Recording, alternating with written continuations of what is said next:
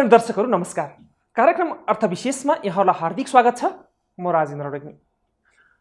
यो कार्यक्रम हामी हरेक हप्ता मङ्गलबार र शुक्रबार ठिक यसै बेला लिएर उपस्थित हुने गर्दछौँ। कार्यक्रममा हामी अर्थतन्त्रसँग सम्बन्धित विभिन्न विषयवस्तुहरू जस्तै व्यापार, वाणिज्य, त्यसमा भएका चुनौतीहरू अनि त्यसका समाधानका उपायहरू लिएर उपस्थित हुने गर्दछौँ। यसै सिलसिलामा आज हामीसँग एकजना उद्यमी हाम्रा अतिथिको रूपमा हुनुहुन्छ। उहाँ हुनुहुन्छ रुद्रप्रसाद न्यौपाने। उहाँ घरेलु तथा साना उद्योग महासङ्घका सचिव हुनुहुन्छ। कार्यक्रममा उहाँलाई स्वागत गरौँ। सर, स्वागत छ। धन्यवाद। आरामै हुनुहुन्छ? ठिक छ। अब घरेलु तथा साना उद्योगको यहाँ सचिव हुनुहुन्छ। नेपालको वर्तमान अवस्थामा हेर्ने हो भने यो साना उद्योगहरूको अवस्था चाहिँ के छ? तपाईँ क्वेसनको लागि धन्यवाद। नेपालको अवस्था र नेपाल जस्तो देशका लागि साना उद्यमीहरूको के आवश्यकता र कस्तो छ भन्ने विश्व परिवेशलाई जोड्दछु म।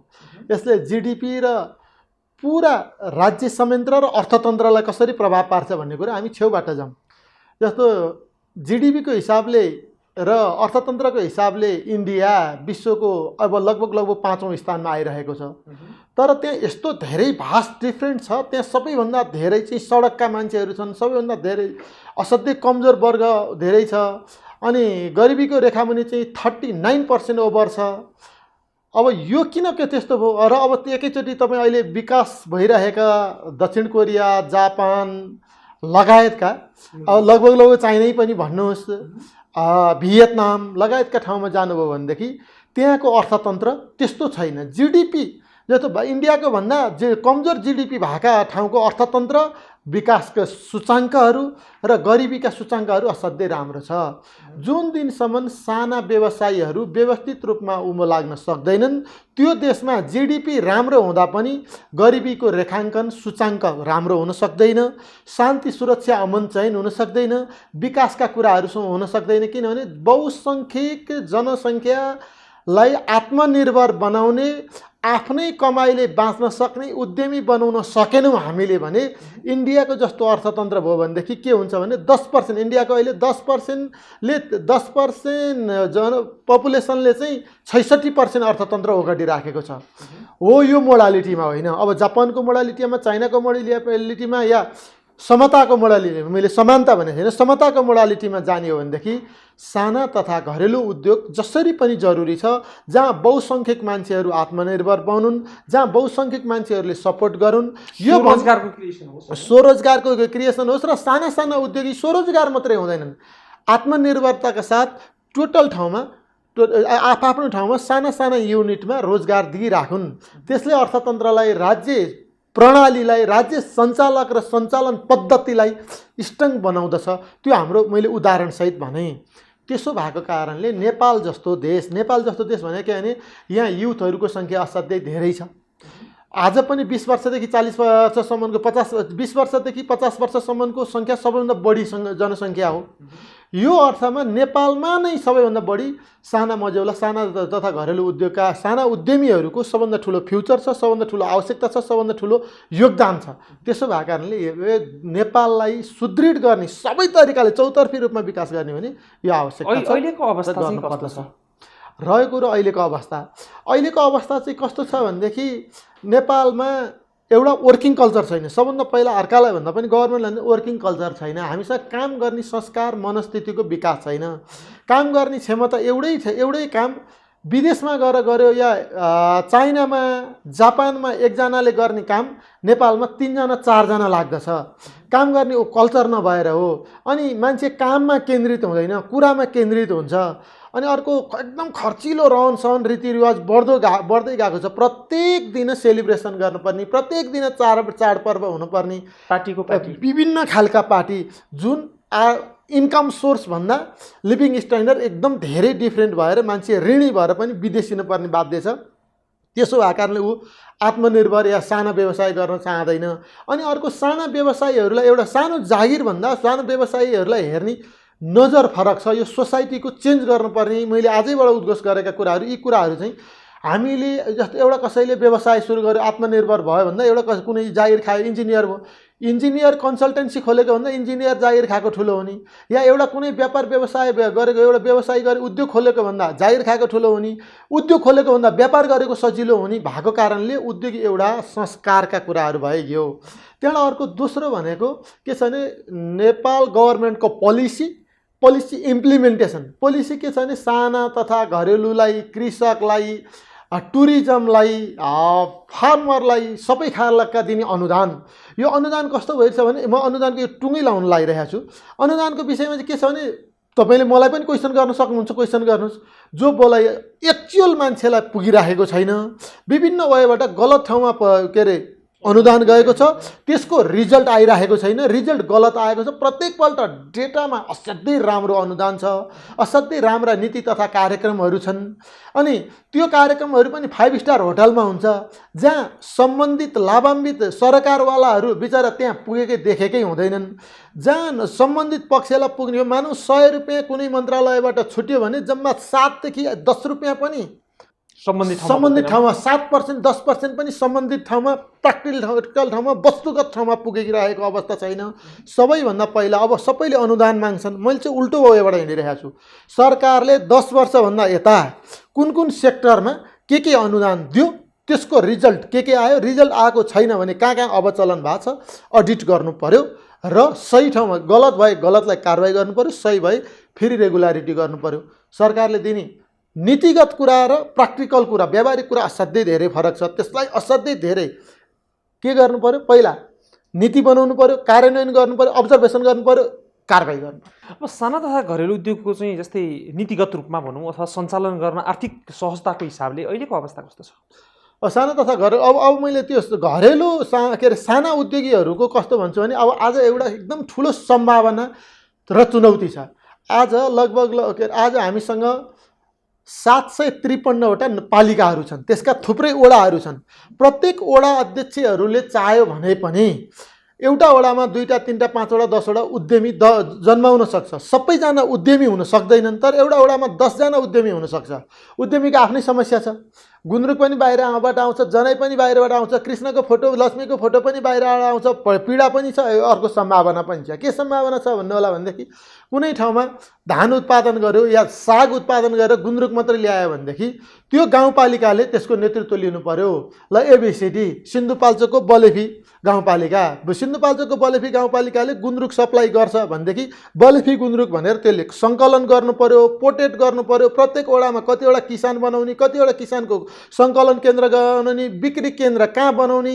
आज तपाईँ मानौँ कुनै जिल्लाबाट आउनु भएको छ, त्यो जिल्लाको एउटा आइडेन्टिटी भएको चिज भयो भने तपाईँ खोज्दै खानुहुन्छ, खोज्दै लगाउनुहुन्छ। अब प्रत्येक वडा अध्यक्षले गर्नु पर्यो, प्रत्येक गाउँपालिकाको अध्यक्षले गर्नु पर्यो, प्रदेश सरकार छ, सङ्घीय सरकार छ, काम खोजेर गर्नु पर्यो। यदि भोट मागेर साँच्चीकै काम गर्छु भन्ने इन्टेन्सन भएको भने ठुलो सम्भावना हो। यो गर्यो भने के हुन्छ, साना उद्यमीहरू मौलाउँछन्। साना मात्रै हुनुपर्छ भनेको छैन हामीले, हामीसँगै पनि सानादेखि ठुलासम्म उद्यमी छ। मैले अब जस्तो आइडेन्टिटी साना उद्योगलाई त भोलि कुनै न कुनै रूपमा ठुलो उद्योगतिर विकास गर्दै लैजान सकिन्छ। तर मैले यहाँसँग जान्न चाहिँ के खोजिरहेको छु भने साना उद्योग सञ्चालन गर्न चाहे युवाहरू त बेरोजगार छन्, सरकारी वातावरणको अवस्था कस्तो छ मैले यसलाई अब्जेक्टिभली सोधेँ। अनि आर्थिक हिसाबले नसक्नेहरूको लागि चाहिँ उद्योग हुन चाहन्छ तर आर्थिक हिसाबले सहज छैन, त्यसको लागि सरकारले सहजता केही गर्छ? ल म यो धन्यवाद, यो दुईटै कुराको लागि गर्छु। पहिलो कुरा त उद्यमी हुन वातावरण केही छ कि छैन। तपाईँलाई जो आजका मितिमा राजनीतिकर्मी नेतृत्व भन्ने वडा अध्यक्षदेखि प्रधानमन्त्रीसम्मले केही गर्छु भन्ने अभिव्यक्ति गर्नु भएन। अभिव्यक्ति गर्ने चिज होइन यो, अनुभूति गर्नु पर्यो, फिलिङ्स गर्नु पर्यो। हाम्रा नेताहरू असाध्यै मिठो भाषण गर्नुहुन्छ तर भित्र लाग्दैन। उहाँहरूलाई के लाग्छ नि यो बनिबनाएको कुरा हो, फ्याट भन्यो जे ताली बज्छ त्यही गरिदिन्छु, भोलि गर्नुपर्छ भन्ने नै लाग्दैन। सम्भावना छ, त्यसलाई वातावरण वडा अध्यक्षले बनाउनुपर्छ, गाउँपालिका अध्यक्षले बनाउनुपर्छ, प्रदेश सरकारले बनाउनुपर्छ, सङ्घीय सरकारले बनाउनुपर्छ, सम्बन्धित मन्त्रालयले बनाउनुपर्छ। अब अहिले यो सम्बन्धित मन्त्रालयले बनाउनुपर्छ भने के अरे यो झन् हावामा जान्छ। वडा अध्यक्षबाट सुरु गरौँ न त, साना उद्योग गुन्द्री उद्योग खोलौँ न त, कार्पेट विस्तार हुन्छ। चाइनाबाट आउने त्यो कार्पेटहरू त्यो तल विस्थापित हुन्छ। त्यहाँबाट अर्को गुन्द्रुक उद्योग खोलौँ न त, चाइनाबाट ल्याउनु पर्दैन। जनै उद्योग खोलौँ न त, फुल उद्योग खोलौँ न त, के अरे फुलको व्यवसाय गरौँ न त। त्यो वडा अध्यक्षबाट सुरु गर्नुपर्छ। तर के यहाँ के छ भने ठुलो प्रधानमन्त्री मन्त्री लगायतका जिम्मेवार मान्छे असाध्यै मलाई रुन मन लागेको छ, पीडा छ भनेर एकदम अब उहाँहरूलाई बेग्लै सेक्टर दिनु पर्यो। अब उहाँहरू नेता होइन अभिनेता हुनुपर्छ। सबभन्दा पहिला त्यो हटाउनुपर्छ। अब त्यो सँगसँगै च्यालेन्ज छ। अहिले मेरो कुरा सुनिरहँदा वडा अध्यक्षले भन्नु होला भने हामीले गरे तानी बाहिरबाट वारवारी आउँछ, त्यसको लागि पनि अब त्यो च्यालेन्ज छ। अब आजको मितिमा तपाईँलाई बाहिरबाट आउने कुराहरू भन्सारका कुराहरूमा पनि जोड्दछु। यो साना तथा घरेलु साना उद्योगकै लागि समस्या छ। अब अहिले के छ भने धेरै कुराहरू प्रतिबन्ध छ। मोबाइल प्रतिबन्ध छ, मैले सानाबाट ठुला किन गएर मोबाइल प्रतिबन्ध छ, विदेशी रक्सी प्रतिबन्ध छ, लगायतका कुराहरू ल्यापटपहरू प्रतिबन्ध छ, लग्जरियस गुडहरू सबै प्रतिबन्ध छ। तर तपाईँ जहाँकै जानुहोस् एकजनाको पनि सर्टेज देख्नु भएको छैन। जब प्रतिबन्ध भयो तब चोरी पैठारी भयो, हुन्डीबाट पैसा जान्छ, चोरी पैठारीबाट आउँछ, सरकारको राजस्व गुम्यो। अनि हामी नेपालमै उत्पादन गर्ने मान्छेहरूको समस्या बढ्यो। उपभोक्ताहरूले के भयो भने कपी टु कपी गर्दा देख्दा उस्तै तर गुणस्तरहीन चिजहरू उपभोग गर्नु पर्यो। जस्तो अहिले जुत्ताकै कुरा गर्नुहुन्छ नि, जुत्तामा धेरै कुरामा नीतिगत सुधार भइरहेको छ। 40% भन्सार दर लागिरहेछ। अब त्यति भएपछि जुत्ता लगभग 1 वर्षमा 2 करोड जोडीभन्दा बढी जुत्ता चोरी पैठारी भइरहेको छ। किन चोरी पैठारी भयो भने एक जोडी जुत्ता चोरेर लिएर आउँदाखेरि 200 रुपियाँ कमाइ हुन थाल्यो। यो तपाईँलाई या मलाई मात्रै थाहा भएन, यो सबभन्दा बढी त अर्थ मन्त्रालयलाई यो के अरे भन्सार विभागलाई सबैलाई थाहा छ। तर के हो भने उहाँहरू यस्तो हुनुहुन्छ, असाध्यै अभिव्यक्त मात्रै गर्नुहुन्छ, अनुभूति नै गर्न सक्नु भएन। यो देशको माया हुने, यो देशको माया गर्ने र केही परिवर्तन गर्नुपर्छ भन्ने मान्छेहरूले अनुभूति गर्नु पर्यो, अभिव्यक्ति गर्ने होइन। अब त हुँदा के भन्न थाल्नुभयो, के हुन थालिसक्यो भने कसैले कसैलाई हलाउनै नसक्ने गरी जरा गाडिसक्यो। त्यहाँ छोयो भने त्यहाँ छुन्छ, त्यहाँ छोयो भने त्यहाँ छुन्छ। लास्टमा जसले स्टार्ट गरे मलाई नै छुन्छ कि क्या, मै कहीँ चुकेँ कि क्या भन्न थालिसक्नुपर्छ। तान्यो भने पहरा हालिन्छ भन्ने। अब यसो गरिसकेपछि साना व्यवसायहरू प्रवर्धन गर्नका लागि व्यवस्थापन स्थानीय निकायले गर्नु पर्यो, सहजीकरण प्रदेश सरकारले गर्नु पर्यो, बाहिरबाट इलिगल रूपमा नआउने वातावरण र थप पोटेड काम सङ्घीय सरकारले गर्नु पर्यो। तर यो काम के गरी हुनसक्छ भने अब व्यवसायीले यो बाहिरबाट बन्द गरिदियो यहाँ मात्रै होइन, अब वडा अध्यक्षहरूको सङ्गठन वडा अध्यक्षहरू उठेर आउनु पर्यो, गाउँपालिकाका अध्यक्षहरू आउनु पर्यो, केही गर्छु भनेर देखाउने उहाँहरूको समय हो।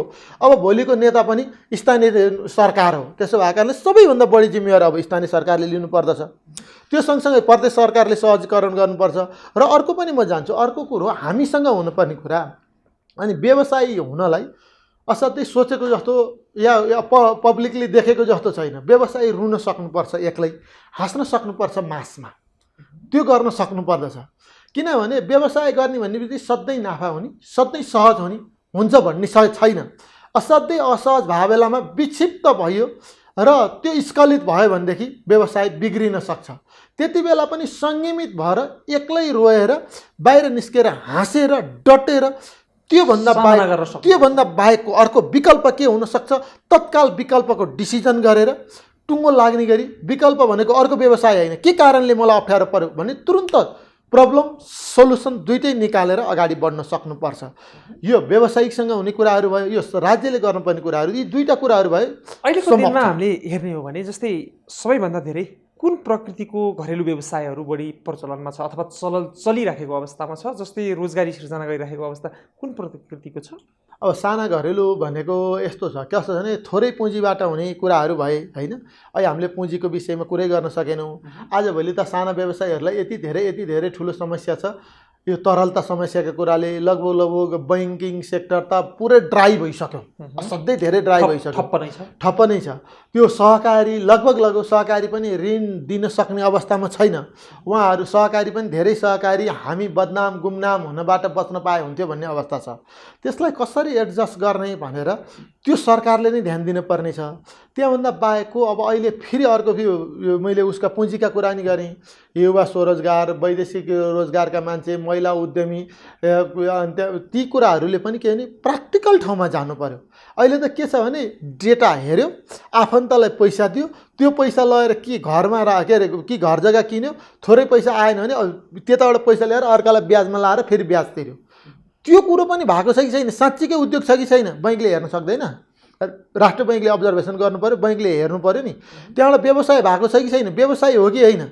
अब यहाँ पनि फेरि त्यही थोरै 10 लाख 25 लाखमा पनि गलत ठाउँमा पैसा प्रवाह भइरहेको छ। त्यो कन्ट्रोल गर्नु पर्यो र त्यो पैसालाई त्यो सानो व्यवसायीलाई दिने 25 लाखसम्म चाहिँ सरकारले जुनसुकै हालतमा नि सबै बैंकलाई दिन सक्ने गरी राष्ट्र बैंकले ट्रेजरी गरेर ट्रेजरी नोट खरिद गरेर ऋण लिएर के गर्यो। म त्यो अरू प्र्याक्टिकल कुरामा गइन धेरै, त्यसो गरेर व्यवस्था गर्नुपर्ने छ। त्यो गर्यो भने पनि पुँजीको समाधान हुन सक्छ। अहिलेको अवस्थामा नै हेर्ने हो भने चाहिँ जस्तै अघि यहाँले पनि एउटा प्रसङ्गमा जोडिसक्नु भएकै छ, जस्तै वडाबाट भयो, प्रदेशबाट भयो, सङ्घीय सरकारबाट चाहिँ व्यवसाय गर्छु, साना व्यवसाय गर्छु भन्ने मान्छेहरूको लागि कस्तो सहजताको वातावरण बनिराखेको अवस्था छ कि छैन? त्यसमा पनि म के देख्दछु भने प्रदेश सरकारले अलिकति बजेट लान्छ, त्यहाँबाट चिस्यान केन्द्र खोल्छ, अनि एउटा कुनै पकेट एरिया खोल्छ, अनि त्यो चिस्यान केन्द्र खोलेपछि त्यसकै व्यवस्थापन गर्न हान्थाप हुन्छ। अनि एउटा यो पकेट एरिया भन्छ, फोटो खिच्छ ओर्छ, यो गर्छ उ गर्छ, त्यो लङ टर्मै छैन क्या। हामीसँग लङ टर्म कन्सेप्ट छैन। दुईटै कुरा छ ना, जस्तो 80% 70% गभर्मेन्ट स्तरबाट होला, अनि अर्को व्यवसायीहरूसँग पनि कन्फिडेन्स छैन। मैले गरेपछि यो एकपल्ट पास स्थापित हुनुपर्छ भन्दा नि गऱ्यो, अनुदान लियो, खाइयो, बराबरी गरियो, या बिल भरपाई मिलाइयो भन्ने त्यस्तो कल्चर, सबैभन्दा कल्चर उदिनेर फ्याँक्नु पर्ने, सुध्रिन पर्ने अवस्था कसमा देखियो? मैले भन्दैछु सुध्रिन पर्ने अवस्था। सबैजनाले भन्छन् के भने सबैले सरकारले देख्यो, 70-80% सरकारले देख्यो, 20% सम्बन्धित व्यवसायीले या सम्बन्धित पक्षले पब्लिकबाट पनि सुध्रिन जरुरी छ। मेरो लागि सपोज म एउटा व्यवसायी, अर्कै व्यवसायी छ, मेरो लागि कृषिको संयन्त्रहरू, कृषि यन्त्रहरू जरुरी छ कि छैन? छैन भने मैले एक्सेप्ट नगर्ने। किन जरुरी छ? जरुरी छ भने युज गर्नुपर्छ। यो सरकारको अनुदान आएको कुरा हो भन्ने होइन। अनि त्यो जरुरी छ कि छैन भनेर अर्को होइन। अहिले मैले देखा चाहिँ स्थानीय सरकारलाई के अरे सङ्घीय सरकारले मोबिलाइजेसनै गर्न सकेन क्या। वडा अध्यक्षलाई जिम्मेवारी दिने, रिजल्टै लिने। अनि त्यति गरिसकेपछि वडा अध्यक्षले के गर्छ भने तपाईँ मैले रिजल्ट दिनुपर्छ, जिम्मेवारी लिनुपर्छ, अब्जेक्सन लेख्नुपर्छ। त्यसो भएको कारणले तपाईँहरूले रिजल्ट दिन सक्नुहुन्छ कि सक्नुहुन्न अनि सङ्गठित हुँ यसो गरौँ भन्नुहुन्छ। उहाँले सङ्गठित हुन्छ, रिजल्ट ओरिएन्टेड हुन्छ। मानौँ एउटा ठाउँबाट एबिसिडी अर्थ केही पनि गर्नु परेन, ऐसोलु काफल चुत्रो सबै जम्मा गरेर त्यसको वाइन बनाउने मात्रै हो भने पनि त बिक्री हुन्थ्यो होला नि। आज त सबैले स्याउ अङ्गुर सङ्गुर मात्रै हुन्छ, ऐसोलु काफल चुत्रोको वाइन भनेर त कसैले भनेको छैन। त्यो वाइन भयो भने कतिमा बिक्थ्यो होला? एकपल्ट कल्पना गर्नुहोस् त। हो, यस्ता कुराहरू अब स्थानीय सरकारभन्दा बाहेक केन्द्र सरकारले फ्याँकेको भरमा यो बालुवामा पानी हालेको दहमा ढुङ्गो फ्याँकेको जस्तो मात्रै हुन थाल्यो। अब यहाँ त फुटवेयर म्यानुफ्याक्चर एसोसिएसनको भाइस प्रेसिडेन्ट पनि हुनुहुन्छ। यो पनि हाम्रो अहिले चाहिँ साना तथा घरेलु उद्योग अन्तर्गत नै चलिरहेको अवस्था हो र नेपालमा अहिले फुटवेयरको अवस्था चाहिँ कस्तो छ? यस्तो छ, फुटवेयर एसोसिएसन पनि, फुटवेयरभित्र पनि साना मझौला ठुला सबै व्यवसायीहरू छन्। हामी त म त के भन्छु भने अहिले भर्खर एउटा कार्यक्रममा नि भनेको फुटवेयर चाहिँ इन्डियाको अर्थतन्त्र जस्तो छ। अहिले चाहिँ सबभन्दा सानादेखि सबभन्दा ठुला व्यवसायी पनि यहाँ छन्। तर अब नेपालमा फुटवेयरको अवस्था चाहिँ हामीले भनिरहेको छौँ 65% चाहिँ हामी आफू सर्भाइभ भइरहेको छौँ। केही हदसम्म निर्यात गरिरहेको छौँ र केही हदसम्म निर्यात गर्नलाई हामीले होमवर्क गरिराखेका छौँ। तर त्यसो हुँदाहुँदै पनि आज हामीले सरकारले नीतिगत सुधार गरिरहँदाखेरि 1 वर्षमा 2 करोड जोडीभन्दा बढी चोरी पैठारी बिना बिल बिजक, बिना 1 रुपियाँ पनि पैसा नतिरिकन भन्सार कटाएर भन्सार बिन्दुभन्दा 1 किलोमिटर 2 किलोमिटर आसपासमा गोदाम राखेर विभिन्न खाले प्यान बिल काटेर प्यानबाट डिस्प्याच गरेर त्यस्तो गरी सामान आयात गरेर हामीलाई असाध्यै पीडा भइरहेको छ। जोडी जुत्ता चाहिँ बिल छलेर आउँछ, बिल तिरेर चाहिँ कति जुत्ता आउँदो रहेछ? लगभग अघिल्लो वर्ष 4.5 करोड जति जुत्ता बिल तिरेर आइरहेको थियो। त्यसमा अहिले 2.5 करोड मात्रै भयो। त्यो 2 करोड झन्ने आसपासमा चाहिँ बिल छलेर आइरहेको छ। अर्को त्यो 4.5 करोडमा आउँदाखेरि पनि 74% जुत्ता चाहिँ 200 देखि 400 रुपियाँभन्दा तल, 400 रुपियाँभन्दा तल, 200 देखि 400 को ग्यापमा चाहिँ 74% जुत्ता चाहिँ अन्डर भ्यालुएसन भएर आइरहेको छ। मलाई एउटा कुरो भनिदिनुहोस् त, जस्तै हामी यति धेरै जुत्ता बाहिरबाट लिएर आउँछौँ, हाम्रो देशको चाहिँ फुटवेयरको अवस्था कस्तो छ? हाम्रो देशको फुटवेयरको अवस्था भने टोटल नेपालमा कन्जम्सन हुने फुटवेयर 10 करोड 50 लाख 10.5 करोड जतिको वार्षिक कन्जम्सन हो। त्यसमध्ये नेपाली फुटवेयर इन्डस्ट्रिजहरूको क्यापासिटी 15 देखि 16 करोड जोडी उत्पादन गर्न सक्ने क्यापासिटी हो। अहिले हामीले 5.5 करोड एभरेजमा 5 देखि 5.5 करोड हामीले सप्लाई गरिराखेका छौँ भन्ने हामीले आँकडा एनालाइसिस गरिराखेका छौँ। र त्यो बीचको ग्याप चाहिँ आयातबाट हो र चोरी पैठारीबाट हो भन्ने भइरहेको छ। यदि यो चोरी पैठारी रोकिने हो भने त्यो 2 करोडमा लगभग 2 करोड नै हामीले फेरि बजारमा पठाउन सक्ने अवस्था छ। र हाम्रो जुत्ता चप्पलको गुणस्तर र हामीले यहाँ उत्पादन गरेको जुत्ता चप्पलको गुणस्तरको अवस्था चाहिँ के छ, कसरी? 65 देखि बाट 75% बनाउन सक्छौँ। अब आयात गरेको र यहाँ उत्पादन गरेको गुणस्तरका कुराहरू भयो। विगत हामीले 3 वर्षदेखि गुणस्तरका हामीले दिनुपर्ने के दिनुपर्ने भने पूर्ण रूपमा एकाधिकार नहुने र प्रतिस्पर्धी मूल्य हुने गरी उत्पादन गरिएको वस्तुहरूको गुणस्तरीय वस्तु र उपभोक्ता नठगिने गरी प्रतिस्पर्धी मूल्य, पूर्ण रूपमा उत्पादन, प्रतिस्पर्धी मूल्य र गुणस्तर, यो तीनटै कुरा दिनलाई नेपालका फुटवेयर इन्डस्ट्रिजहरू सक्षम छन्। त्यसमध्ये पनि अब अहिले आएका जुत्ताहरू चाहिँ कस्तो हो त? चोरी पैठारी भएर आएको भने नाइक, एडिडास लगायतका मल्टिनेसनल कम्पनीको लोगो लागेको, जुन कुरा हामी गर्न चाहदैनौँ, नाम मात्रै जोडेर आएको। जस्तो हामी रन सुज उत्पादन गर्छौँ। रन सुज उत्पादन गरिसकेपछि हामीले बनाएको जुत्ता नफाटुन्जेल हाम्रो जिम्मेवारी हो र फाटेपछि रनै खोज्न आउने बनाउनु हाम्रो जिम्मेवारी हो। हामी सिन्सियर छौँ, जिम्मेवार छौँ, हामी त्यसमै तल्लिन लागिरहेका छौँ। तर चोरी पैठारी भएर अर्काको लोगो नाममा आएका जुत्ताहरू के झलक्क देखिँदाखेरि आज बोल्यो भने भोलि अर्कोबाट आउँछ, उसलाई के टेन्सन छ? देख्दा उस्तै देखिने, असाध्यै धेरै कमसल, स्वास्थ्यका लागि समेत लाउन नहुने असाध्यै थर्ड क्लास नाइलनबाट मात्रै बनेका चिजहरू, सोलमा पनि एकदम जसरी हुन्छ सस्तो, देख्दा उस्तै देखिने सस्तो भएर आयो। क्वालिटी लुज भइरहेको छ, लस भइरहेको छ, उपभोक्ता ठगिएका छन्। 1 पैसा पनि भन्सार आएको छैन, राज्य संयन्त्र टाठ पल्टिरहेको छ। प्रतिस्पर्धी हुन सकेको छैनौँ किनभने हामी नाम ब्रान्ड क्वालिटी सहित बेच्न परेको छ, उनीहरू त्यसरी बेच्छन्, हामी ठगिए, हामी अप्ठ्यारोमा परिरहेको। त्रिपक्षीय रूपमा चोरी पैठारीले यस्तो ठुलो गाँजेको छ यो राज्यलाई। यदि जुत्ताको मात्रै होइन, चोरी पैठारी नियन्त्रण नहुने हो भने तपाईँले अध्ययन गरिरहनु भएको छ, टोटल बजेटको अपरेटिङ कस्ट, टोटल बजेटको अपरेटिङ कस्ट मात्रै राजस्व भन्सार भ्याटबाट उठिराखेको थियो र विकास बजेटलाई मात्रै लिएर आउनु परेको थियो, अनुदान, ऋणहरू। अब यस्तै गरी सरकारले छाडिरहने हो भने यो वर्ष अर्को वर्षदेखि ऋण गरेर तलब खुवाउनुपर्छ। अब राज्य सञ्चालन गर्नलाई ऋण गर्नुपर्छ, विकास बजेटको कुरै छाडिदिनुहोस् तपाईँ। त्यो त हाम्रो प्रधानमन्त्रीजीले बोलिसक्नु भइहाल्यो नि। अब त्यसो भयो, त्यस्तो अवस्था छ। त्यो अवस्था हुँदाखेरि आज दिनजाडै सबै कसैले ट्याक्सै तिर्न नपर्ने गरी आइसकेको छ, सबै सेटिङमा आइरहेको छ भनेदेखि प्रधानमन्त्रीले बोले नै नबोले आइहाल्यो। जुन बेलामा फुटवेयर उत्पादन गर्न सुरु गर्नुभयो, सुरुमा त यहाँको रन सुज नै होला, कति लामो समयदेखि उत्पादन गर्दै आइराख्नु भएको छ? रन सुज इन्डस्ट्रिज प्रणाली चाहिँ 10 वर्ष भयो। त्यति बेला लगभग 2068-69 सालतिर नेपाली उत्पादन, नेपाली ब्रान्डप्रति नेपालीहरूको असाध्यै ठुलो क्रेज थियो। हामी पनि यही सेक्टरमा व्यावसायिक रूपमा यो र अरू विभिन्न खालका काम गरिराखेका थियौँ र यति ठुलो क्रेज थियो कि एकपल्ट चाहिँ नेपाली ब्रान्ड लाउनुपर्छ भन्ने थियो। तर भइदियो चाहिँ के थियो भने त्यति बेला भनेको नेपाली उत्पादकहरूले चाहिँ नेपाली उत्पादन भनेको छालाको जुत्ता, अफिसियल जुत्ता, स्कुल जुत्ता मात्रै हो भन्ने भइसकेपछि युथहरू चाहिँ मन खुम्चाइरहनु भएको थियो। नेपाली लाउन मन छ, मन पर्ने मोडल, डिजाइन, प्रडक्ट छैन।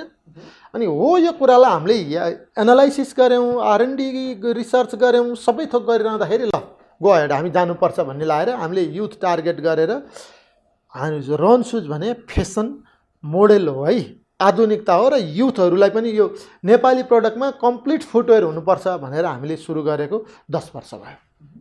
अरू जुत्ताहरू उत्पादन पनि थुप्रै भइरहेका छन्, फुटवेयर एसोसिएसनमा यहाँ आबद्ध हुनुहुन्छ। अरूभन्दा फुटवेयरमा चाहिँ हामी मजबुत छौँ अथवा हाम्रो गुणस्तर राम्रो छ भनेर यहाँले दावा गर्न सक्नुहुन्छ? यस्तो छ, हाम्रो के छ भने अरू फुटवेयर नेपालमा अलि धेरै फुटवेयर इन्डस्ट्रिजहरू खुलिराखेको छन् आजभोलितिर, साना ठुला मझौला। मैले भनिहालेँ नेपालको फुटवेयरको इन्डस्ट्री चाहिँ इन्डियाको अर्थतन्त्र जस्तो छ, यहाँदेखि यहाँसम्म। त्यसमा हामीले के भन्ने गरिरहेको छौँ भने तपाईँ जुनसुकै बजारमा लगभग 77 जिल्लाका सिटीहरूमा जानु भने रन सुज पाउनुहुन्छ। रन सुज भनेर खोजिरहनु भएन। कुनै पनि फुटवेयर जुत्ता चप्पलको आउटलेटमा सोरुममा जानुभयो र 3टा जति जुत्ता हेर्नुभयो भने एट्र्याक्टिभ जुत्ता हेर्नुभयो भने 3टा मध्ये एउटा समात्नुहुन्छ, समातेको जुत्ता रन सुज पर्छ। हामी मोडलमा फेसनमा त्यति हो छौँ। अर्को चाहिँ लगभग त्यसमा तपाईँले युज गरिरहनु भएको ग्राहकलाई विक्रेतालाई सबैले थाहा पाउनु भने हामीसँग 3टै कुरा रिजनेबल प्राइस र क्वालिटी मोडल डिजाइन सहित रन सुज पाउनुहुन्छ। आदरणीय दर्शकहरू, छोटो विश्रामपछि हामी पुनः आउनेछौँ।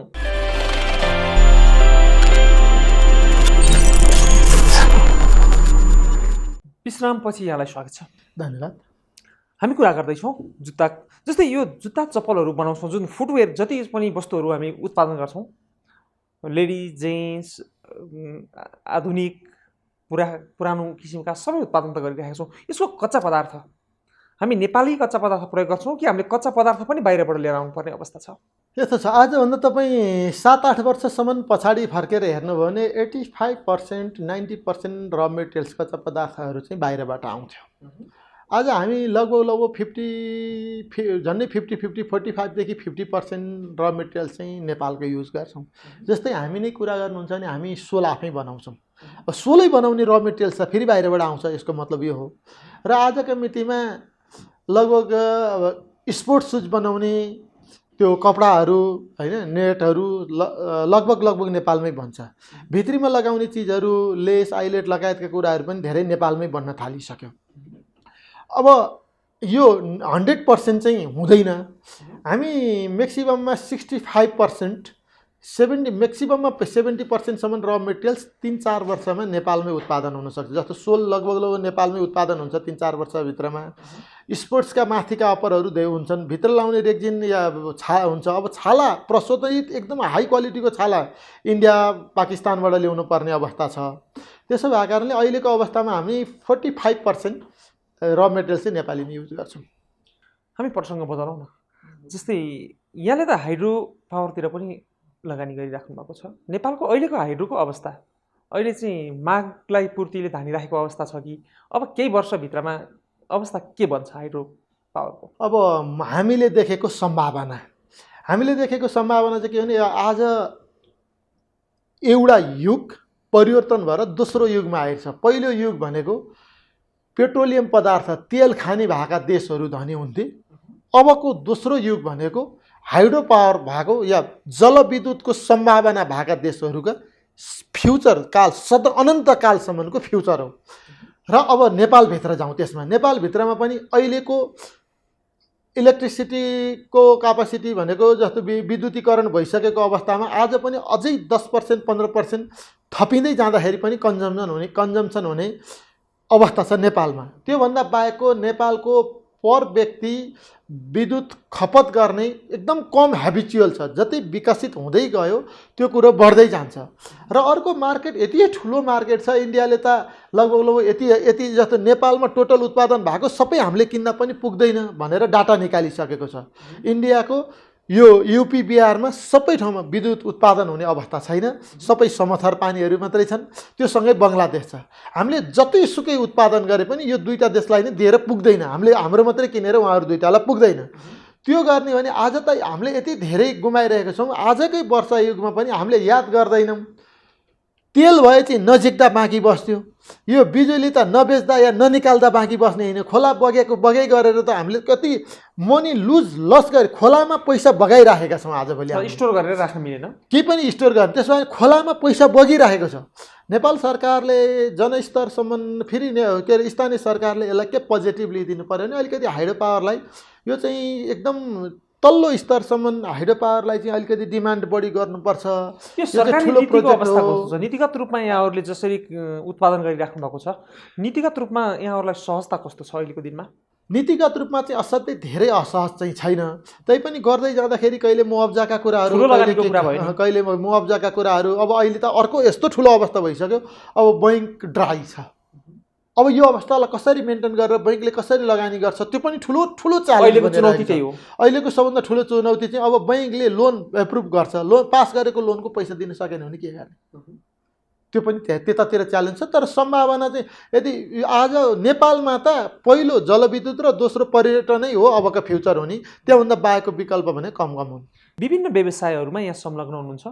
घरेलु तथा सानो उद्योग महासङ्घको त यहाँ सचिव नै हुनुहुन्छ। अघि नै हामीले कुरा गरिहाल्यो, रन सुज यहाँको आफ्नो उत्पादन हो, हाइड्रोमा पनि यहाँको लगानी छ। विभिन्न ठाउँमा यसरी व्यवसायहरू गर्दै जाने क्रममा नेपाली युवाहरू रोजगारको खोजीमा विदेश भौँतारिएको देख्दा यहाँलाई कस्तो लाग्छ? सबभन्दा पहिला चाहिँ कस्तो छ भने यो एउटा जम्मा लगभग 20-25 वर्षको समय हो। अब यो तपाईँ र मैले टक गर्ने कुरा। अब 20-25 वर्षमा हाम्रा नेपाली युवाहरू सबै कि विदेशी भइसक्छन्, बाँकी रहेका पनि युथबाट बुढा भइसक्छन्, पाको भइसक्छन्, नेपाली युवा रहँदैन। अब हामीले यो 20 वर्षमा देशलाई कायापलट गर्न सकेन भने हामी पछि पर्छौँ। न हामीसँग विकास हुन्छ, न हामीसँग युथ पावर हुन्छ, केही पनि हुँदैन। अब के हुन्छ भनेदेखि म त एकदम डरलाग्दो परिकल्पना गर्छु कहिलेकाहीँ, बाहिरबाट विदेशीबाट हाम्रा सन्तानले पठाइदिएका कुराहरू खाएर बिसौनीमा बस्ने त्यो टोली मात्रै हुन्छ। अब त्यसो हुँदाखेरि अब अहिले सम्भावना अब विदेश युथहरू विदेश किन गइरहेका छन्? मैले दुईवटा कुरा सँगै जोड्छु यसलाई। एउटा त हामीसँग वर्किङ कल्चर छैन, वर्किङ कल्चर छैन, हामीले बनाउन जरुरी छ। अर्को चाहिँ के भने सरकारसँग भरोसै भएन, कसैको भरोसै भएन। के भरोसा भएन भने नेपाल सरकारको नीति 1+1 2 नै हुँदैन। कहिले 1+2 1 हुन्छ, के अरे 2 हुन्छ, कहिले पनि 1+1 11 हुन्छ, कहिले पनि 1+1 भनेको अर्को 1 पनि जोडिने हो भनेर 111 हुन्छ। भने कहाँबाट के हुन्छ, कहिले के नीति हुन्छ, कहिले के नीति हुन्छ, कहिले जो एउटा सरकार आउँछ एउटा चलाउँछ, अनि लेखेको एउटा हुन्छ, सेटिङ एउटा हुन्छ, नीति एउटा हुन्छ। बजेट तथा बजेटमा एउटा कार्यक्रम आउँछ, राष्ट्र बैङ्कको अर्को कार्यक्रम आउँछ। बजेट आएको 1 महिनामा लफडा भएर यहाँ उहाँ हुन्छ, त्यहाँबाट अर्को 1 महिनाको अर्को 3 दिनमा क्याबिनेट डिसिजनले आमूल परिवर्तन गर्छ। एकपल्ट परिकल्पना गर्नुहोस् त, यो अर्थतन्त्र यसरी चलाउने चिज होला? होइन, यो त अरिङ्गालको गोलालाई बच्चाले झिँगा सम्झेर लट्ठीले हानेको जस्तो भइरहेको छैन र? आफैलाई टोक्न आउँछ कुनै दिन? खतराको अवस्थामा हामी खेलिरहेका छौँ। अब यदि विदेशी रोजगारी नबढ्ने हो भने रगतको खोलो बग्थ्यो होला, यहाँ कति पीडा हुन्थ्यो होला। अब अहिले समस्या के भइरहेको छ भने यो सबैबाट कहाँ गइरहेको छ भने इरिटेट मान्छे इरिटेट भएर नेपाल नबस्नु एकदम झिझिरहेको छ मान्छे र विदेश पलायन भइरहेको छ। अब अर्को पनि भयङ्कर अवस्था छ। अहिलेसम्म रेमिटेन्स भनिन्छ नि, यसो परिकल्पना गर्नुहोस् त, हामीलाई त अर्का कहाँ गएर पैसा कमाएर ल्याउनुलाई नर्मल भइसक्यो। जे आफ्ना भइरहेको छ त्यो त नर्मल हुन्छ नि त। एकदम फोहोरमै बसेर खाने बानी लाया मान्छेलाई फोहोर थाहा पाउँदैन। कुनै विकसित देशमा गएर कसैले भन्यो भने सबै त्यो नेपाल त रेमिटेन्सले चलेको छ भने कति घृणा गर्छ होला मान्छेले। एउटा अर्को कुरो अर्को पनि तोडिँदैछ। हिजो त रेमिटेन्स मान्छे श्रम बेच्नका लागि गइरहेको थियो, अब स्टुडेन्ट भिजामा जाने र पिआर पाउनेहरू फर्किँदै छैन। अब के हुन्छ बा 10 वर्षमा? अब 10 वर्षमा राज्य सञ्चालन के गरी गर्ने? अब यदि औद्योगिकरण नगर्ने हो देश हुन्छ भन्ने यहाँको डर हो नि? होइन, दुईटा हो। अब औद्योगिकरण नगर्ने हो भने नेपाल युवा मुक्त देश हुन्छ, नेपालमा रेमिटेन्स आउँदैन। अब के हुन्छ? अब के गर्ने? त्यहाँबाट ऋण गर्ने। अब ऋण तिर्न नसकेपछि के गर्ने? श्रीलङ्काको बाटोमा हिँड्ने। श्रीलङ्काभन्दा तेस्रो हुन्छ त्यति बेला भयो भने त। श्रीलङ्का भन्दा पनि फरक भयो भने त्यो 10 वर्ष पछाडिको। अहिले के पनि बिग्रेको छैन, धेरै बिग्रेको छैन अहिले पनि। तर दत्तचित्तले मनैदेखि काम गर्नु पर्यो क्या मान्छेले। जो मान्छे जसले जे जिम्मेवारी पाएको छ, सपोज मैले एउटा मसँग जे इन्डस्ट्रिजहरू छ, जे बिजनेसहरू छ, त्यसमा दत्तचित्तले जसरी पनि माथि लान्छु भन्छु नि, त्यस्तै गरी सम्बन्धित जुन कुर्सीमा बसेको छ, जिम्मेवारीमा बसेको छ, त्यसरी काम गरेन भने एकपल्ट परिकल्पना गर्नु न, रेमिटेन्स आउँदैन, युवा बाहिरिन्छ। अब त्यो परिकल्पना चाहिँ यहाँले गर्नुभएको छ। जस्तै नेपालमा जो व्यक्ति जुन सही ठाउँमा बसेको छ, जुन कामको लागि बसेको छ, त्यसले सही काम गर्छ भन्ने परिकल्पना यहाँ अहिलेको दिनमा गर्न सक्नुहुन्छ? अब हामीसँग काम हुन्छ भन्ने विश्वासै छैन। हुँदैन भनेदेखि हामी अगाडि बढ्न सक्ने ठाउँै छैन, हामी पछि हट्ने ठाउँ पनि छैन। हुँदैन भन्ठान्न सक्ने, हुन्छ भन्ने विश्वास छैन, हुँदैन भन्ठान्ने हो भने हामीलाई भरे बेलुका सुत्ने ओछ्यान पनि छैन, किनभने निद्रा लाग्दैन। त्यसो भएको कारणले सम्भव छ, गर्नुपर्छ, केही न केही गर्नुपर्छ, एकैचोटि नभए पनि गर्नुपर्छ। काहीँ न काहीँबाट अब अहिले चाहिँ के छ भने केही न केही आमूल परिवर्तन हुन्छ, विस्फोट हुने बेला भयो भन्ने हो। विस्फोट त यदि वैदेशिक रोजगार नखुलेको भने यो देशमा धेरै विस्फोट भइसक्थ्यो। तर फेरि पनि अर्को पीडा के छ भने प्रत्येकपल्ट जति आन्दोलन हुन्छ, परिवर्तनका लागि आन्दोलन भएको पनि त्यो लेभलमा पुगिसकेपछि आफै बिक्ने र आफ्नै स्वार्थमा लटपट्टिने गरेर अर्थतन्त्र त ध्वस्तै बनिसक्यो नेपालको। तर फेरि पनि ध्वस्त बनेको श्रीलङ्का हुनलाई भनेको होइन, श्रीलङ्काका कारणले होइन, विदेशी कारणले, हाम्रो नेतृत्वको कारणले, हाम्रो व्यवस्थापनका कारणले, हाम्रो संस्कारका कारणले भइराखेको छ या बानी ह्याबिटको कारणले भइरहेको छ। यसलाई पब्लिकदेखि गभर्मेन्टसम्म सबै ठाउँमा बस्ने मान्छेले चेन्ज गर्नु जरुरी छ, चेन्ज हुन जरुरी छ। यहाँ त गार्मेन्ट व्यवसाय पनि हो नि। नेपालमा गार्मेन्टको अहिलेको तयारी पोसाकको अवस्था चाहिँ कस्तो छ? अब आज कल्पना गर्नुहोस् के हो भने घाँस कपास अब बाँसलाई काठमाडौँका ठुला बिल्डिङलाई हिसाब किताब नगर्ने या काठमाडौँ मात्रै नभनौँ सहरका ठुल्ठुला बिल्डिङलाई हिसाब किताब नगर्ने भने दीर्घकालीन रूपमा सबैभन्दा धेरै ठुलो खर्च हुने कपास लगाउने कुराहरूलाई हो। आज हामीले लगाइरहेका यी गार्मेन्टहरू 60% भन्दा बढी ग्रे मार्केट भनेको त्यो अहिले मैले भनेको जस्तो अन्डर इन्भोइसबाट भन्दा नि चोरी पैठारीबाट आइरहेको छ। एकपल्ट परिकल्पना गर्ने हो भने सरकारसँग भएको डाटा एकछिनलाई हामी चोरी पैठारी छोड्दैनौँ न। जस्तै हामी नेपालमा उत्पादन गरेको कति प्रतिशत लुगा चाहिँ हामीले लगाइरहेका छौँ अहिले? म भन्दैछु अब यसमा चाहिँ त्यसलाई नेपालको सरकारको डाटा आयातित डाटा हेर्ने हो भने हामी नाङ्गै हुनुपर्ने त्यसरी आइरहेको छ। अब पछिल्लो चरण नेपालमा गार्मेन्ट व्यवसायहरू टेक्सटाइलभन्दा अलि बढी टेक्सटाइललाई छाडेर गार्मेन्ट व्यवसायहरू चाहिँ अलि धेरै मौलाइरहेको छ। अब यसमा अर्को पनि पीडा छ। विगत 3-4 वर्ष अगाडि 3-4 वर्ष अगाडिसम्म अमेरिकाले हामीलाई फ्री भन्सार उसकहाँ माल पठाउन दिन्थ्यो। अहिले त्यो 0% कोटा हटाइसक्यो। अब विभिन्न धनी राष्ट्रहरूले गरिब राष्ट्रहरूलाई या विकासोन्मुख राष्ट्रहरू विकसित राज्यहरूले अविकसित र विकासोन्मुख राज्यहरूलाई सहयोग गर्न भनेर त्यहाँ उत्पादित वस्तुहरूको 0 भन्सारमा आफूले लिने भन्ने नीतिलाई नेपालमा बिस्तारै हटिरहेको छ।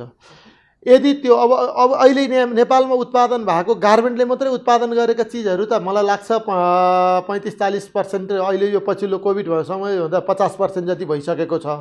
तर त्यसमा पनि ठुलो समस्या छ। के ठुलो समस्या छ भने बोर्डर खुल्ला छ। इन्डियामा यति सस्तोमा सामान बनिरहेको छ।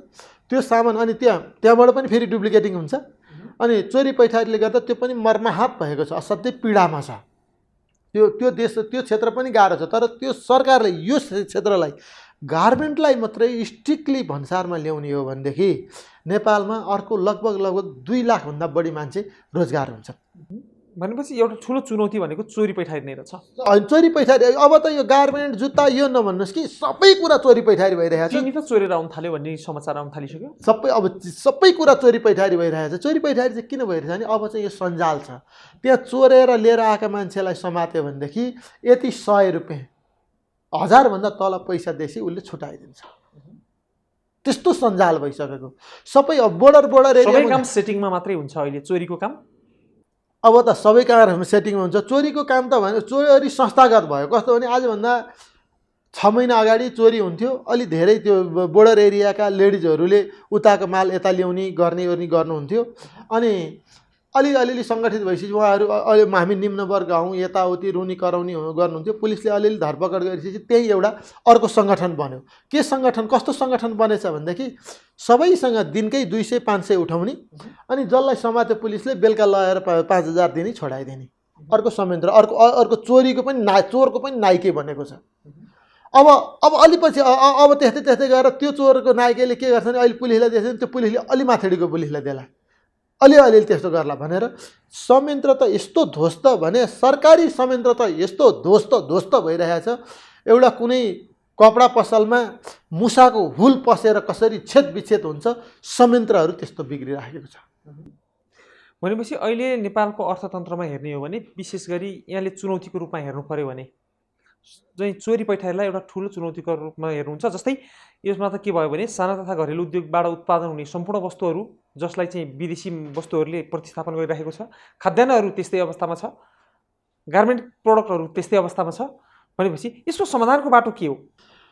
समाधानको बाटो चाहिँ सबैभन्दा पहिला जे उत्पादन हुन्छ जे सम्भावना छ त्यसलाई असाध्यै स्ट्रिक्टली ब्यान्ड गर्नु पर्यो। ब्यान्ड गर्नु पर्यो भनेको पहिला चोरी पैठारी बन्द गर्नु पर्यो। त्यहाँबाट भन्सारको सन्दर्भ पुस्तिकामा जे लेखिएको छ त्यही एचएस कोडमा त्यही मूल्यमा भन्सार छुटाउनु पर्यो, 0 गर भनेको होइन। त्यति गरिसकेपछि पनि केही प्रोटेक्ट गर्नुपर्छ र त्यसको सम्भावना फ्युचर राम्रो छ भनेदेखि अनि सरकारले अध्ययन गरेर थप अनुदान दिनु पर्यो। बिना अध्ययन लबिङको भरमा गर्न जरुरी छैन। त्यो 3टा कुरा सरकारले गर्नु जरुरी छ। कति मानिसहरूले चाहिँ साना उद्योगमा रोजगारी पाइरहेको अवस्था छ अहिलेको दिनमा? अब यो एक्चुअल आँकडा धेरै छैन होइन। अब तपाईँ के कल्पना गर्नुहोस् भने 11 लाखभन्दा बढी चाहिँ साना तथा घरेलु उद्योगहरू छन् भन्ने हामीसँग आँकडा छ। त्यो 11 लाखलाई 4-5 जनाकै हिसाबले पायो भने पनि असाध्यै ठुलो सङ्ख्यामा 44 लाखजनाले रोजगारी पाइरहेको। प्रत्यक्ष रूपमा पाउनेहरू त्यति भयो, अप्रत्यक्ष रूपमा पनि त होला नि। अप्रत्यक्ष रूपमा त तपाईँ हामीले हिसाब गर्ने हो, त्यो बिक्री गर्ने मान्छे होइन, त्यो गर्ने मान्छे। यहाँले व्यक्तिगत रूपमा कतिजनालाई रोजगारी दिइराख्नु भएको छ? हामीले चाहिँ लगभग 250 फुटवेयरमा 40-50 जना, अरू इन्डस्ट्रीमा भने 300+ जनालाई गरिरहेको छौँ। यसरी रोजगारी दिइराख्ने क्रममा कतिपय मानिसहरूसँग यहाँको त इन्टरेक्सन पनि हुन्छ होला नि। जस्तै विदेशमा जान उहाँहरू नचाहने र सानोतिनो काम भए पनि नेपालमा गर्न चाहने अथवा कुनै मौका पाए विदेशमा जान पनि तयार हुने मानिसहरूको सङ्ख्या र अवस्था कस्तो रहेछ? आजको मितिमा त फेरि पनि म तपाईँलाई अर्को पीडादायक कुरा सुनाउँछु। हामी कहाँ काम गर्ने जेन्ट्सहरू, विशेष गरी जेन्ट्सहरूको 75%, 70देखि 75% पासपोर्ट बनाएर मात्रै आउनुहुन्छ र सबै भिजा वेटिङको लागि हामी काम दिइरहेका छौँ। यो अवस्था चाहिँ सम्झिँदा चाहिँ यहाँलाई कस्तो लाग्छ? अब फेरि म एकदम यो भावनात्मक रूपमा कुरा गरेको होइन। फुटवेयरमा, गार्मेन्टमा मेहनत 2 महिना 3 महिना जति मेहनत गरेर सिक्यो भने 30-40 हजार पैसा कमाउन सजिलोसँग कमाउँछ। उहाँहरूले के भन्नुहुन्छ भनेदेखि 30 हजार कमाउनु त कन्फर्म छैन सर, कमाउँछु कमाउँछ 2-3 महिना कमाएँ सर, म त विदेश जाने। अनि किन 30 हजार त तपाईँ कमाइरहनु भएको छ त्यहाँ? 30 हजार कमाए सर, सबै अब घर परिवार त्यो फलाना बर्थडेमा गएको, अब त्यो दिन के अरे मेरो नियमअनुसार भन्दा बाहेकको छुट्टी लिनु पऱ्यो, त्यो तलब कटिहाल्यो, कामै भएन। अब कतिपयको त ठेकै गर्नुहुन्छ, अनि त्यहाँबाट त्यो जस्तो 7-8 दिन 10 दिन त्यो नियमभन्दा बाहेकको बिदा बस्नुपर्छ।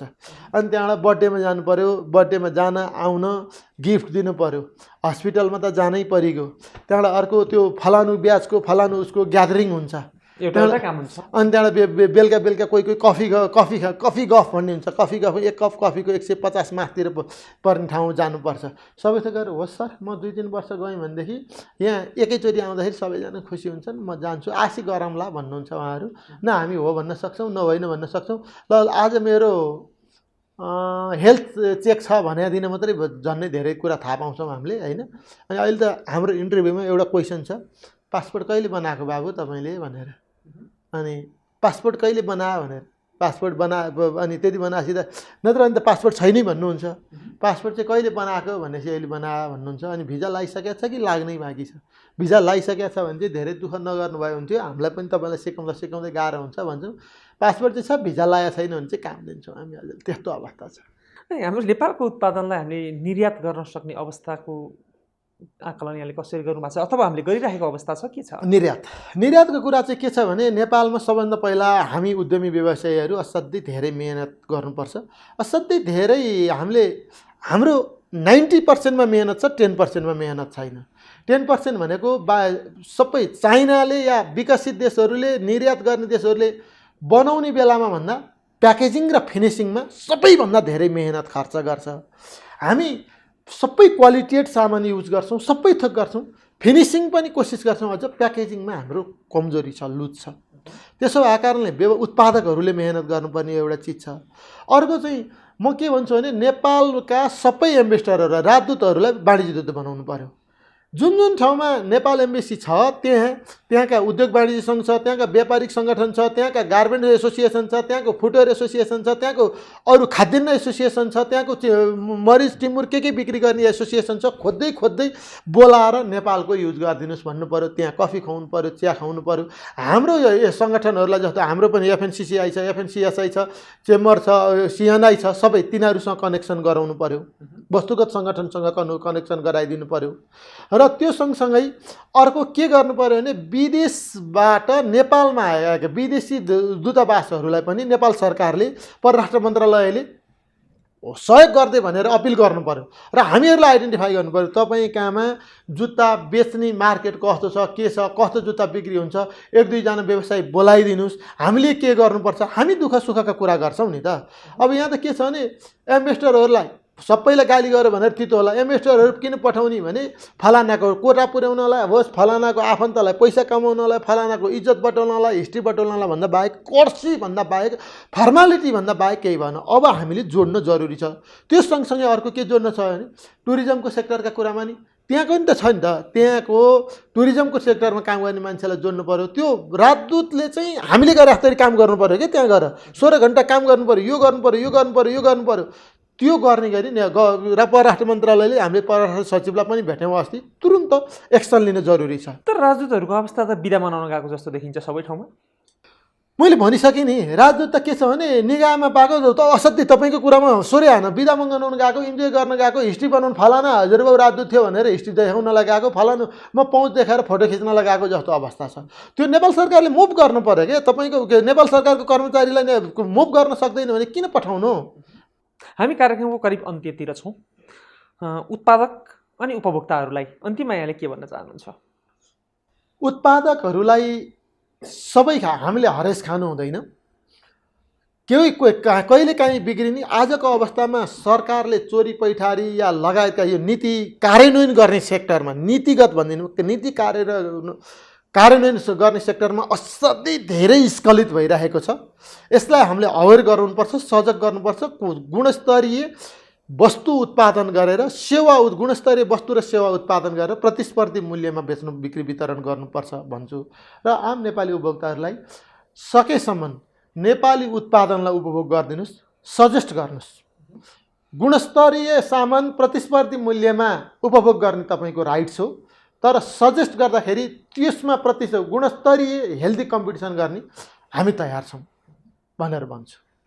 अन्त्यमा मैले केही छुटाएँ, यहाँले भन्नुपर्ने कुरा थियो, जस्तै यहाँ त महासचिव हुनुहुन्छ उद्योग तथा घरेलु तथा साना उद्योग महासङ्घको, मैले छुटाएकै कुराहरू, यहाँले भन्नै पर्ने कुराहरू केही थियो र? सचिव हो होइन, महासचिव सचिव हो। तर यस्तो छ, हो चाहिँ के भनेदेखि नेपाल सरकारलाई विशेष गरी म के भन्छु भने साँच्चीकै साना व्यवसायीहरूलाई हामीले व्यवस्थित गरेनौँ भनेदेखि, मैले अस्ति भने अहिले भर्खर भनेको जस्तै गरी हामी 10 वर्षभित्रमा चौतारीमा बस्ने या हामी काठमाडौँको पार्टी पौवा कौशलमा बस्ने र हामी टाइम पास गरेर विदेश गएका छोराछोरीको रेमिटेन्स अलिकति आएर जाउलो खान सक्छौँ कि भनेर बस्ने अवस्था हुन्छ। र योबाट बचाउनलाई आजैदेखि जम्मा 1 वर्ष काम गरिदिनुहोस्, सबै कुरा छाडेर फेरि तुरुन्त यति धेरै विकसित देश हुन्छ। सानो जनसङ्ख्या भएको, धेरै स्रोत र साधन भएको देश हो। त्यसो भएको कारणले म नेपाल सरकारका र जिम्मेवार निकायका वडा अध्यक्षदेखि प्रधानमन्त्रीसम्मलाई म के अनुरोध गर्दछु भने केही त गर्नुहोस्, केही त गरिदिनुहोस्। केही गऱ्यो भने चेन्ज हुन्छ। हस्, यहाँको ज्यादै रोचक अनि महत्त्वपूर्ण विचार र समय दुवैको लागि हार्दिक धन्यवाद। धन्यवाद, मेरा कुरा राख्न मौका दिनुभयो यहाँलाई र यो टेलिभिजनलाई पनि। आदरणीय दर्शकहरू, यहाँहरूले कार्यक्रम हेरिदिनु भयो। यी र यस्तै कार्यक्रमहरूका लागि हेर्दै गर्नुहोला बिजनेस प्लस टेलिभिजन एचडी। आजको कार्यक्रमबाट हामीलाई बिदा दिनुहोस्। नमस्ते।